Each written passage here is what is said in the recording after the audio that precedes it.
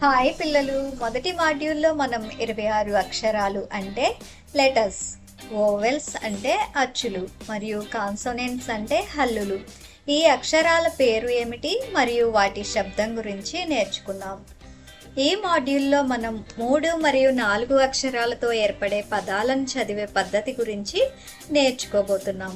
కానీ దానికి ముందు రకరకాల కాన్సోనెంట్స్ ఓవెల్స్తో కలిపినప్పుడు ఆ 2 అక్షరాల శబ్దం ఎలా ఉచ్చరించాలో అది నేర్చుకోవడం ముఖ్యం.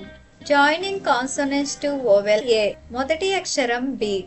బితో పాటుగా ఏ కలిపినప్పుడు బిఏ అవుతుంది బ్యా. బి శబ్దం భ మరియు ఏ శబ్దం యా. ఈ విధంగా బిఏ అవుతుంది బ్యా.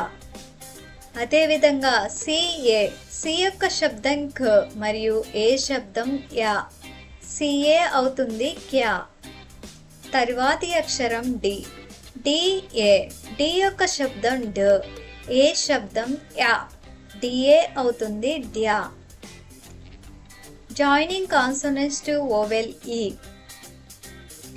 ఎఫ్ఈ. ఎఫ్ యొక్క శబ్దం ఫ, ఈ యొక్క శబ్దం ఏ కాబట్టి ఎఫ్ఈ అవుతుంది ఫే. జేఈ. జే యొక్క శబ్దం జ, ఈ యొక్క శబ్దం ఏ కాబట్టి జేఈ యొక్క శబ్దం జే అవుతుంది. కేఈ. కే యొక్క శబ్దం క, ఈ యొక్క శబ్దం ఏ కాబట్టి కేఈ యొక్క శబ్దం కే అవుతుంది. Joining consonants to vowel I. H I. H యొక్క శబ్దం హ, ఐ యొక్క శబ్దం ఈ కాబట్టి హెచ్ ఐ యొక్క శబ్దం హీ అవుతుంది. తరువాతి అక్షరం పి. పిఐ. పి యొక్క శబ్దం ప, ఐ యొక్క శబ్దం ఈ కాబట్టి పిఐ యొక్క శబ్దం పి అవుతుంది. తరువాతి అక్షరం ఎం. ఎంఐ. ఎం యొక్క శబ్దం మ, ఐ యొక్క శబ్దం ఈ కాబట్టి ఎంఐ యొక్క శబ్దం మీ అవుతుంది. Joining consonants to vowel O. R O. R యొక్క శబ్దం ర, ఓ యొక్క శబ్దం ఆ కాబట్టి ఆర్ఓ యొక్క శబ్దం రా అవుతుంది. ఎల్ఓ. ఎల్ యొక్క శబ్దం ల, ఓ యొక్క శబ్దం ఆ కాబట్టి ఎల్ఓ యొక్క శబ్దం లా అవుతుంది. ఎంఓ. ఎం యొక్క శబ్దం మ, ఓ యొక్క శబ్దం ఆ కాబట్టి ఎంఓ యొక్క శబ్దం మా అవుతుంది. Joining consonants to vowel U. Cu.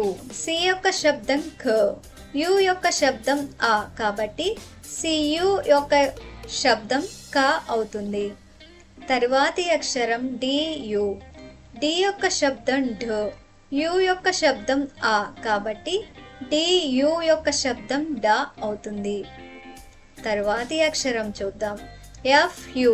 F యొక్క శబ్దం ఫ, యు యొక్క శబ్దం ఆ కాబట్టి ఎఫ్యు యొక్క శబ్దం ఫ అవుతుంది.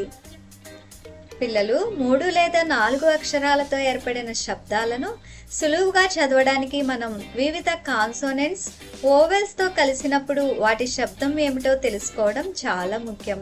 రండి ఈ వీడియో మనం మరోసారి చూద్దాం మరియు వివిధ కాన్సోనెంట్స్ ఓవెల్స్తో కలిపినప్పుడు ఆ 2 అక్షరాల శబ్దం ఏమిటో తెలుసుకుందాం.